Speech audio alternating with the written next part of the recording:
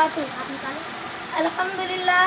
الحمدللہ الذی کفا والصلاۃ والسلام علی رسول المصطفى وعلى آلہ واصحابہ ذی المجد والصفا، اما بعد، فقد قال اللہ تعالی انا ارسلناک بالحق بشیرا ونذیرا، وقال اللہ تعالی لقد کان فی رسول اللہ اسوۃ حسنہ۔ صدر محترم اور حاضرین جلسہ، میری بڑی خوش قسمتی یہ ہے کہ آپ لوگوں نے مجھے کچھ کہنے کا حکم فرمایا ہے۔ ایک حقیر انسان کی آپ لوگوں نے جو عزت افزائی فرماتی ہے، اس کا میں تو دل سے شکر گزار ہوں۔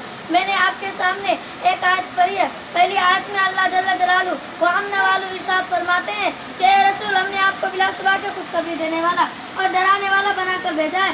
دوسری آیت میں اللہ تعالیٰ انسان کو مخاطب کرتے ہوئے فرماتے ہیں تمہارے لیے اللہ کے پیغمبر بہترین رہنمائی ہے۔ وہ دریاد کیجیے جب سارے عالم شرک و کفر میں مبتلا تھا، خدا کی عبادت گاہ میں بتوں کا اڈا بنی ہوئی تھی، خدا واحد کے بندے سدا معبودوں کے پاؤں پر سر جھکا رہے تھے، دین کے طرفداروں کو کوئی ایسا آدمی نہ ملتا تھا جو انہوں نے صراط مستقیم کا قانون کرے۔ ایسی میں رحمت الہی متوجہ ہوئی، آپ دین و شریعت کا موسم خزانہ ہو رہا تھا، موسم باہر آیا اور اس آن بان کے ساتھ آیا کہ چمنستان عالم گل و گلزار ہو گئے، شریعت ہستی خوشبو چائے دن کا عالم پھیلنے لگی، یعنی پیغمبر آخر زماں، ہادی برحق، فخر رسول، سرکار دو عالم جناب محمد رسول صلی اللہ علیہ وسلم ایک کامل مکمل شریعت لے کر اس دنیا میں تشریف لائے۔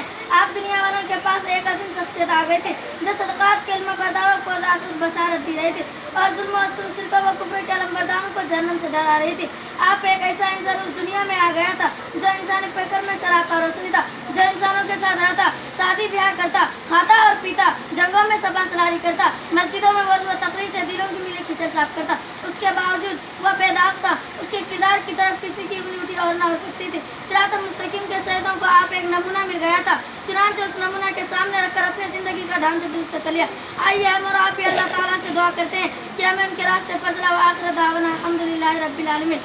کہ محمد سے وفا تو نے تو ہم تیرے ہیں، کہ محمد سے وفا تو نے تو ہم تیرے ہیں، یہ جہاں چیزیں ہیں کیا لوح و قلم تیرے۔ السلام علیکم۔